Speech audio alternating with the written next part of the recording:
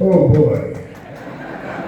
I'm sorry for those of you in here, but I can see there's a whole line out the door. So I'm going to still yell into the mic. So my apologies to everybody's ears down front. But can you hear me in the back? All right, that's the important part. I want to thank Mayor Sanders and Chip for the introductions. And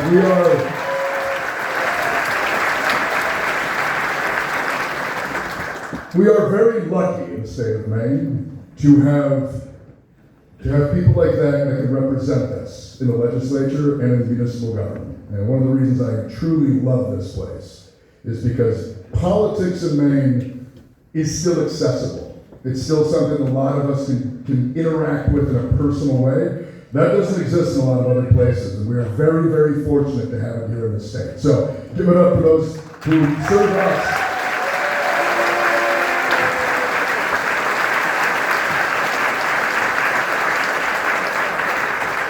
I would also just like to take a second to recognize my poor father, who is sitting in the front row.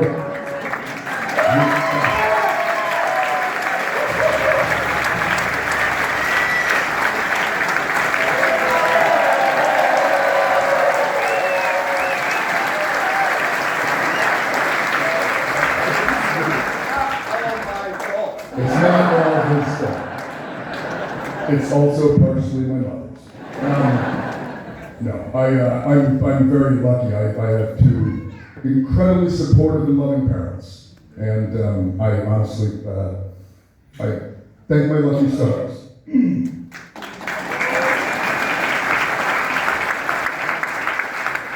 To be fair, my father never goes to this stuff. He even skipped my boot camp graduation. So I'm lucky that I had to run for U.S. Senate for him to start coming. I just want to thank all of you for coming out here tonight. I know it's, it wasn't a beautiful day, but it turned into a beautiful evening. And I know this, to come sit inside and listen to some guy ramble about politics. It's not what everybody wants to do. So I just want to I appreciate you taking the time out of your days and your schedules to come.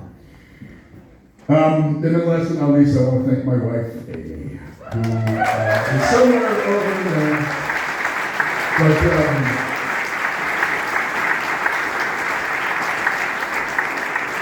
absolutely none of this happens without her. So as of tonight, we are at 9 more town halls than Susan Collins has held since Bill Clinton was president.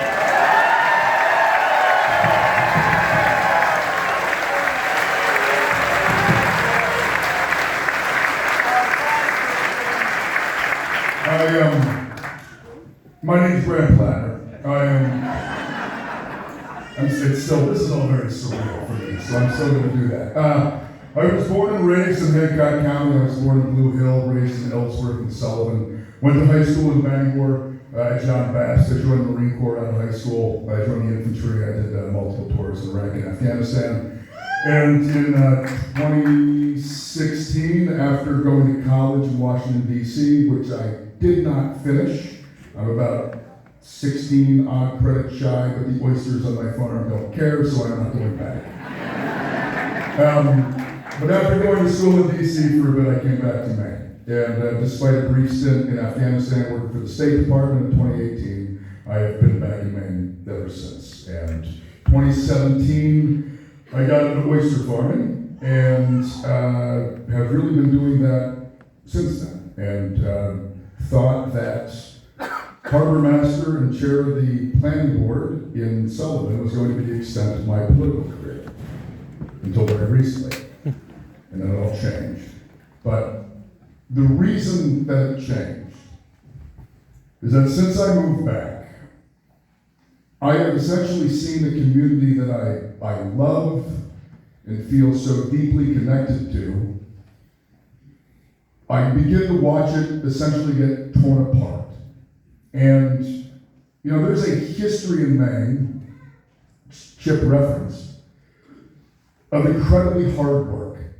Mainers work wildly hard. And when you look back throughout the history of the state, they always have. Having multiple jobs, seasonal jobs, My mom has a saying that at some point in your life, whether you're from here or from away, you choose to live in Maine. And after that, you figure it out.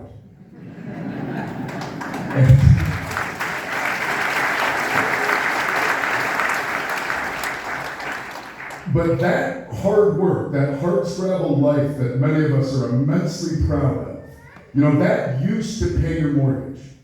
That used to give you access to good health care. It used to put good food on your table. It used to allow you to send your kids to college or save for retirement. When I was growing up, I know guys who put their kids through college being clammers. You can't do that now. Now I know people that stern in the summertime, plow driveways in the winter, and still have to go up pick up a shift at Home Depot so they can have health care. I think a lot of us know those people. That is new. I was born in Blue Hill. When I was born, there were like 6 to 8 birthing centers in eastern Maine. Today there are 2. 2. When I was born in 1984, I know, I'm sorry. I'm an elder millennial, so you hold it against me later. But when I was born, that kind of hard work allowed people to raise families. Today, I know most young couples I know both have jobs, both work incredibly hard, and still can barely afford childcare, on top of paying their rent or their mortgage, on top of trying to afford decent food to put on the table. That is not how it used to be, and it wasn't very long ago that it wasn't like that. In the time that has changed, we have watched our society create more wealth than we could ever imagine. Incomprehensible amounts of wealth and power, all accruing in the highest tier of our economy. In 1990, there were fewer than 100 billionaires in the United States. Today, there are over 800. When you look around, do you see a community that is 8 times wealthier than 1990? Do you see a community that has 8 times more hospitals or 8 times the housing? No. In fact, when we look around, we see a modern world that has significantly less. And yet in that time, all of us know that on the whole, we have created more than anybody could have ever imagined. But it all went to one place. It is no coincidence that when we went from 100 billionaires to 800, that the hospitals got worse, that housing prices went up, that childcare became unaffordable. These are not coincidences. These are directly correlated.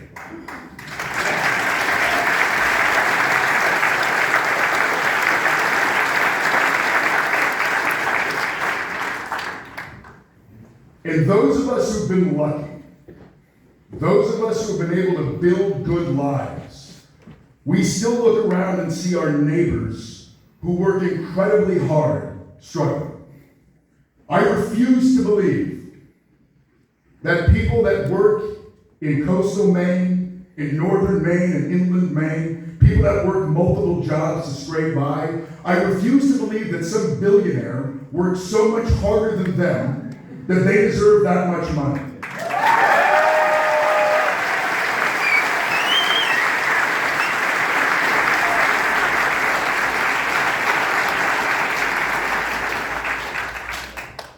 As we look around, we know in our bones that we are living in a system that is screwing us. If you go around the state of Maine, you ask any working person, which is pretty much everybody in the state of Maine, go ask them, do you live in a system, a political system, an economic system that is built for your interests? What do you think the answer is? No. Of course not. Hell no.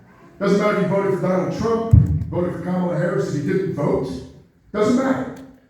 Every single person in Maine knows one thing is absolutely true, that they are living within a system that is meant to extract as much wealth and time, energy, and labor out of them and putting it into the bank accounts of Wall Street, of Silicon Valley, of private equity and hedge funds.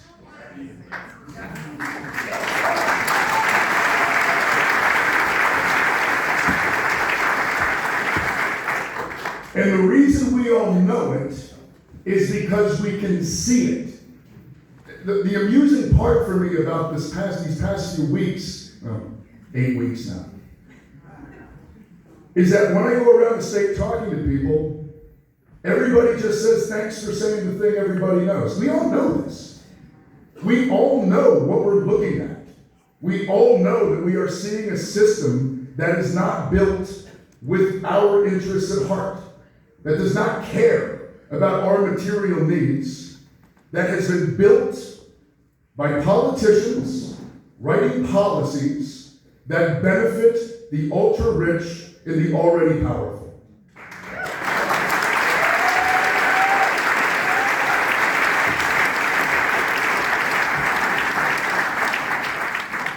And what we can see is not a broken system. What we are looking at is a system that is functioning exactly as it was intended.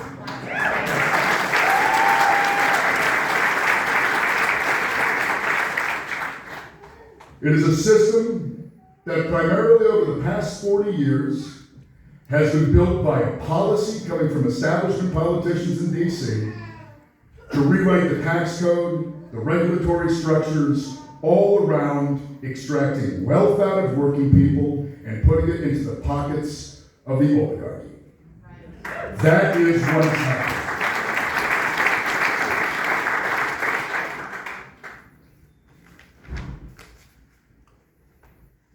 To me, the benefit of seeing this for what it is that it tells us that the system we're living in, the world we are living in today, it is not natural. It is not organic. The world that we live in today does not have to be like this. It's just the outcome of policy. And policy can be changed.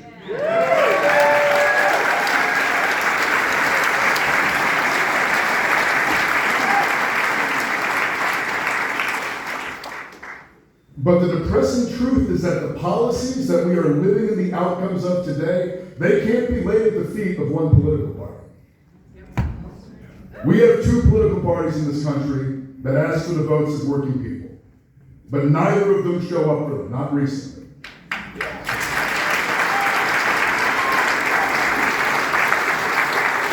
I want to make this clear because I get some pushback on this.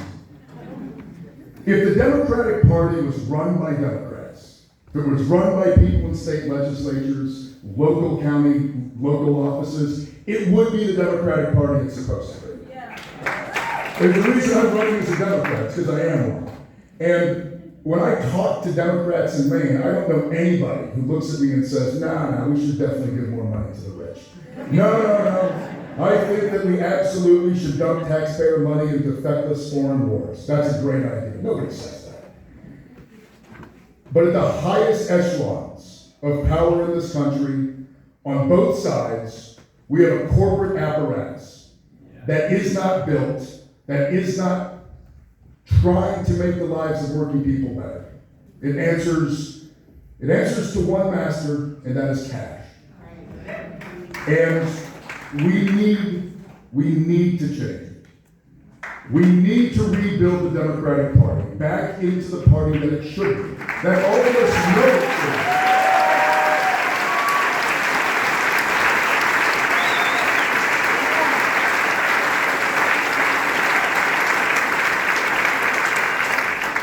And the reason that I have faith that we can do it is that we have legacies in this country that show us the way forward.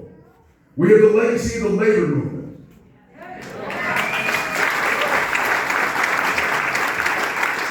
We have the legacy of the suffragette movement, of the civil rights movement. We have the legacy of the disability rights movement, of the gender equality movement.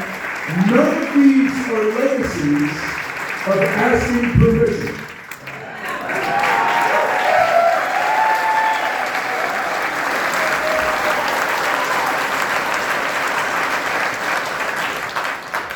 We did not get an 8-hour workday and a 40-hour work week because somebody wrote a nice letter to their congressman. We got it because working people organized and fought for it. In the streets, in the hills, and in the halls of power. Working people built their own power and went and put pressure up to get what they needed. The Civil Rights Act did not happen because LBJ woke up one day and decided it was a good idea. It happened because decades of work and strategy was put in by activists and organizers across the country, building power. So when the day came, they could put that pressure up and make what for this country is one of the best steps forward towards justice and equality we have ever seen.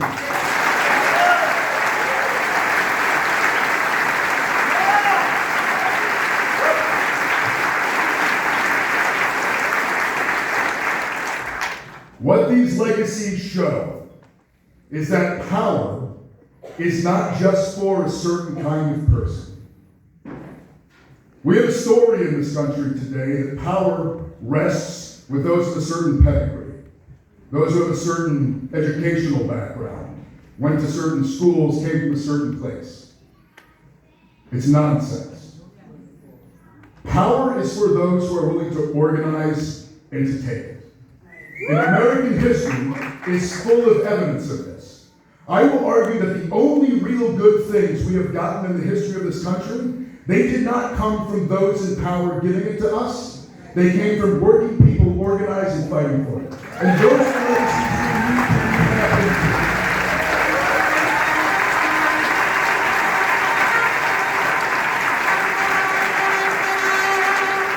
Thanks, Joe.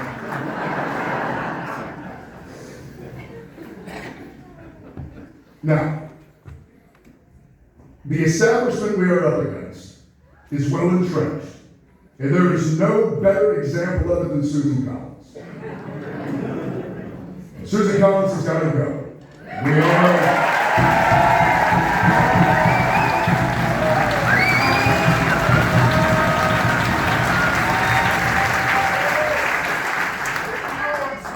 Her charade of moderation is wearing thin. In fact, I would say it just no longer exists anymore. No one cares that you pretend to be remorseful as you sell out to lobbyists, to corporations, and to a president that are overseeing the largest move of wealth from the working class to the ruling class in the history of this country.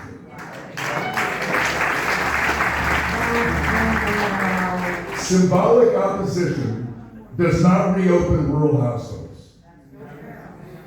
Concern does not bring back Roe versus Wade.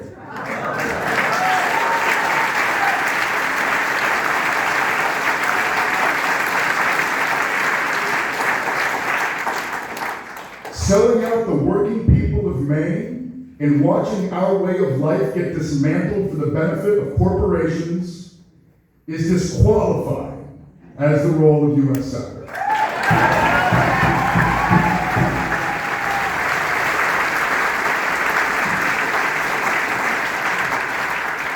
Now, Maine deserves better than Susan Collins. But Maine also deserves an alternative who is not at risk of being beholden to the exact same status quo that she is. So unlike Susan Collins, I'm going to tell you exactly where I stand and what I'm going to go fight for in D.C. I will fight to expand the Social Security that Mainers have earned by removing the cap.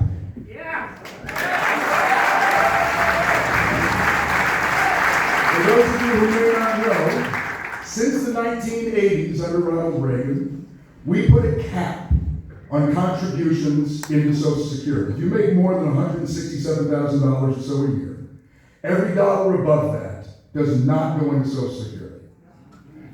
Only the working class, the middle class, pay into Social Security. Every dollar above that in income, that gets to be capped.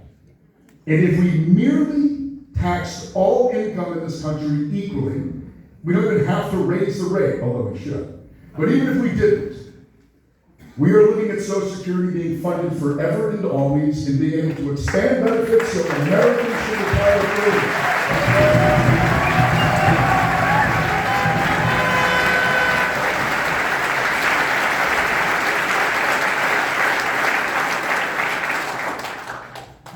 I will take on corporate greed and price gouging, which has been driving up the cost of the daily commodities all of us need to survive. They say it's inflation. It's nonsense. It's price gouging. And the reason we know it's nonsense is because once it goes up, it never comes down again. Corporations in this country use excuses to increase prices, and we need to use the power of the U.S. government to penalize them for it.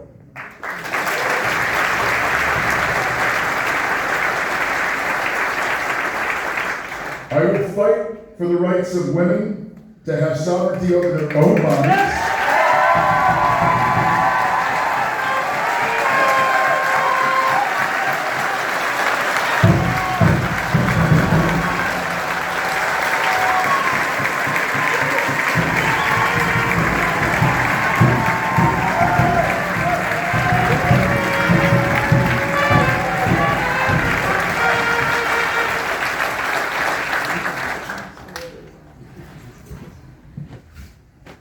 The right to make choices about your own body needs to be enshrined in statute forever and always. We can no longer rely on the courts just to give us readouts. We need to give women control over their own bodies forever and always, and the way that we do that is by passing laws. And I will fight for that in the United States Senate.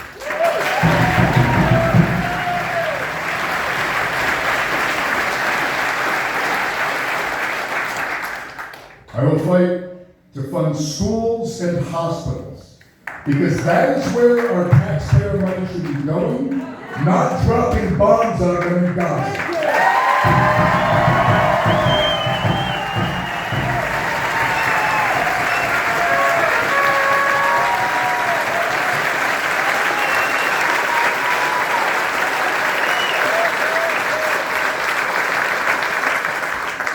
I will fight to raise the federal minimum wage, because we have paid for 3 foreign wars since the last time we did that. I am fighting 2 of them that cost about $4 trillion, which we probably just should have put in the schools in the first place.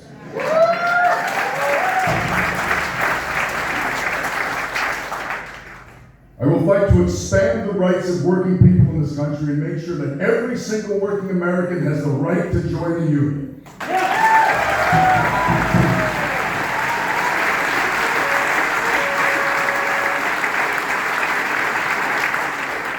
I will stand in the way of fascist attacks on our democracy and ensure that every single American has access to the ballot. Because that is what matters. That is what matters.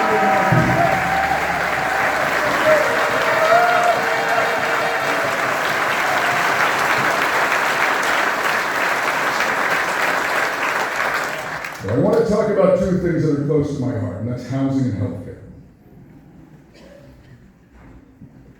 I have the unique luck of being a disabled combat veteran, which is an absurd thing to say. But because I went to Iraq and Afghanistan and got blown up enough, the VA thinks I deserve health care. That changed my life. It's the reason I got to move back to Sutherland. It's the reason I had the freedom to start a small business. I would not have been able to move home and start an oyster farm if I had to worry about where I was getting my health care from. That basic foundational support has allowed me and my wife to build a small but wonderful life on the coast of Maine. And I often think what Eastern Maine would look like if all of my incredibly intelligent, hardworking friends didn't have to worry about premiums and co-pays and dealing with health insurance companies.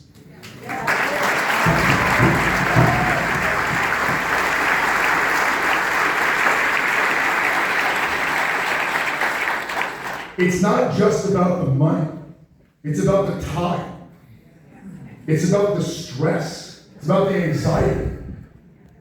We rob people of their best selves just because we built a healthcare system that is not built to provide healthcare, but is built to get some middleman rich. And we need to change that.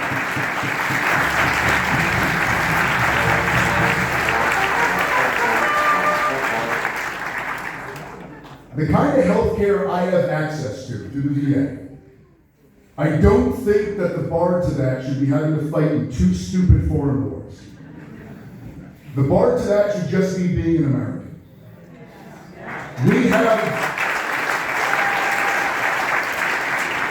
We have the most expensive healthcare in the world. We're like 2.8 times more per capita than the next country coming up behind us. We already spend the money. We have some of the worst health outcomes in the developed world.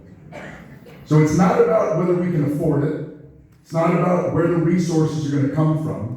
It's about the fact that right now we have what might be the most inefficient way of allocating healthcare that we could possibly think of, if we were trying to provide people with healthcare.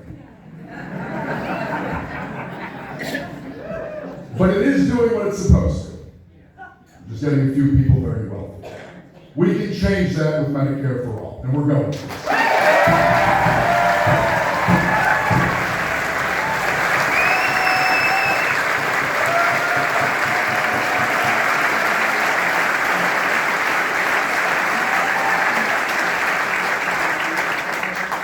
The next issue is housing. The VA gives me support every month. It allows me to pay my mortgage. Again, this is why I got to start a small business. If your health care is paid for and you get a little bit of help paying your mortgage, it turns out you can take a bunch of risks. Everybody should have the option to do that. But we also live in a system where over the past number of years, private equity, hedge funds, and corporate landlordism has been buying up single-family housing across this country. And it is no surprise that at the same time that has happened, the price of housing is skyrocketed. That should be illegal.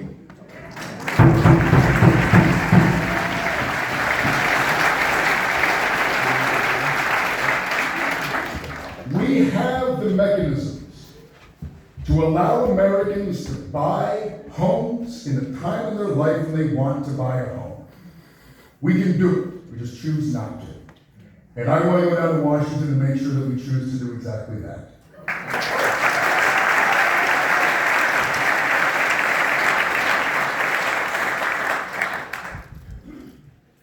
I believe that somebody that works 2 or 3 jobs to keep a roof over their head deserves as much access to their United States Senator as a hedge fund manager.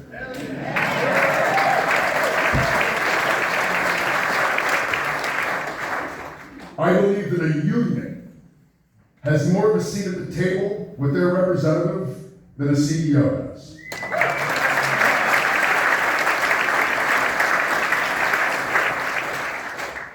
I believe that those we elect to represent us in Washington need to come down here and talk to the working people that they represent instead of merely allowing those with money access to them through fancy fundraisers and behind-the-scenes meetings.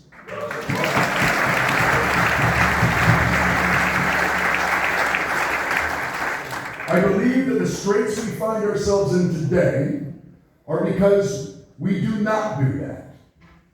We have built a system where it is only those with money have access to those in politics. This is why I'm holding these town halls around the state. Frankly, I'm not doing this just to campaign. I'm not doing this just to get out here and talk to everybody. I'm doing it because I want to hear from people. Until a few weeks ago, I was just a working guy in Sullivan. And if I had tried to get access to my senator, I would not have been able to, because I can't afford a fancy fundraiser. And I also don't have time out of my workday to drive down to Lewiston or Augusta or Portland to go to some office. If I wanted to talk to my U.S. Senator, they would have to come to Ellsworth. They would have to hold a meeting in the evening when I was done working, and they would have to let me come down and yell at them. And that's why the first thing that we did was hold a town hall in Ellsworth. We're going to keep doing this.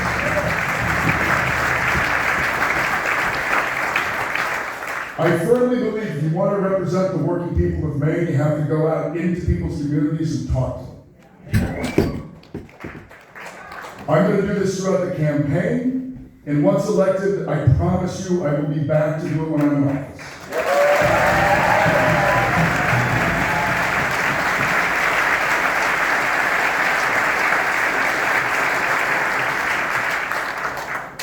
the other reason I'm going around the state is that I'm trying to send a message. And that message is that we are the answers to our struggles. All of us here, the people of Maine, organized and mobilized and fighting for the future that we deserve. We are not going to get these things by just getting elected. A junior senator from Maine is not bringing back Medicare for all. A junior senator from Maine is not going to fully fund the Department of Education and make sure that we are paying for everyone's education from childcare all the way to higher ed. I'm not going to bring that back just by myself. We have a fully entrenched power structure in this country. And the only way that we're going to fight is together. And that's why I'm going around the state of Maine, because I firmly believe that working people in the state, regardless of political party, regardless of who they voted for in the last election, we all have the exact same material needs. When your hospital closes, when the OB unit closes, when the school closes, it doesn't matter who you voted for. When you're a working person, you deal with that outcome exactly the same. We need to return to a politics that understands that looks around, and instead of pointing fingers left and right, we can all start talking and pointing fingers in the only direction that matters, and that is up.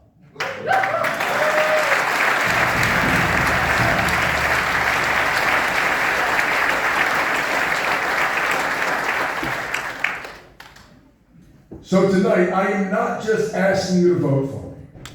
And I am not just asking you to donate money to me, although I will do that here in a minute. What I'm asking you to do is to show up. I'm asking for your time, for your energy, for your labor. I'm asking you to get uncomfortable. Those of you in this room who have organized before, you know that it is difficult on a fundamental level. You have to go out into the world and tell people in your community what you believe. And that is hard. You have to go have conversations with your neighbors who you know you disagree with on a whole bunch of stuff, but who you also know is getting screwed just the same as you. You gotta go talk to them. And it's painful. It sucks. Organizing is hard, but we have to do it. The only way that we build the power that's going to get us what we need to retake our politics in this country is from the ground up.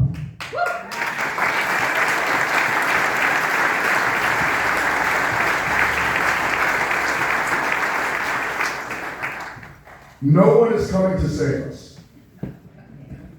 There is nobody from on high who's going to come down on winged steed and drag us all into a brighter future. It's not going to happen. We need to do it ourselves. And that's going to require an immense amount of work, and it's going to require an immense amount of discomfort. I'm not here to tell you that the next year or so is going to get easier. It's not. It's going to get harder. I'm not here to tell you that the situation we find ourselves in politically in this country is just going to dissipate. It won't. The only way it gets fixed is by us fixing it. And we do this by remaining open to those who I think a lot of us have gotten frustrated with.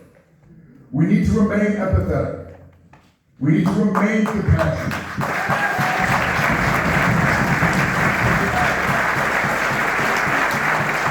It's like a working class leader. We need to remain open to the idea of welcoming back our neighbors. When we all begin to realize that when the hospitals get worse, when the prices go higher, that it is all of us who is going to suffer. And it is only all of us who can fix it.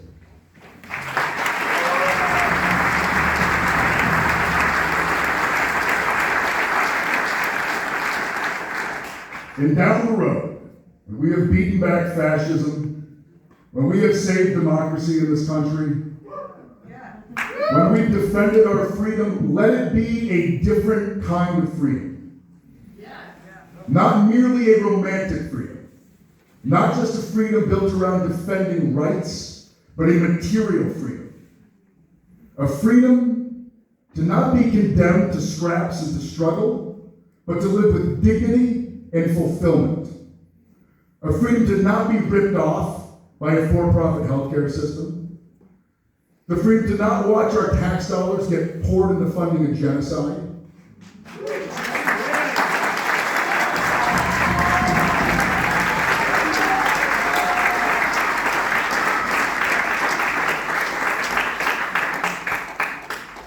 But the freedom to have a roof over our heads that we own, that we built with our own hard work.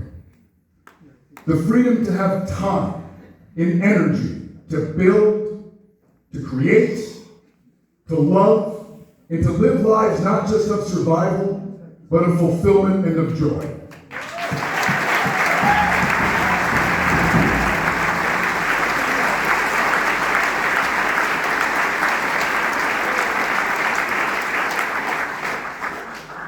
That is the vision. This is the opportunity before us. We will win the primary.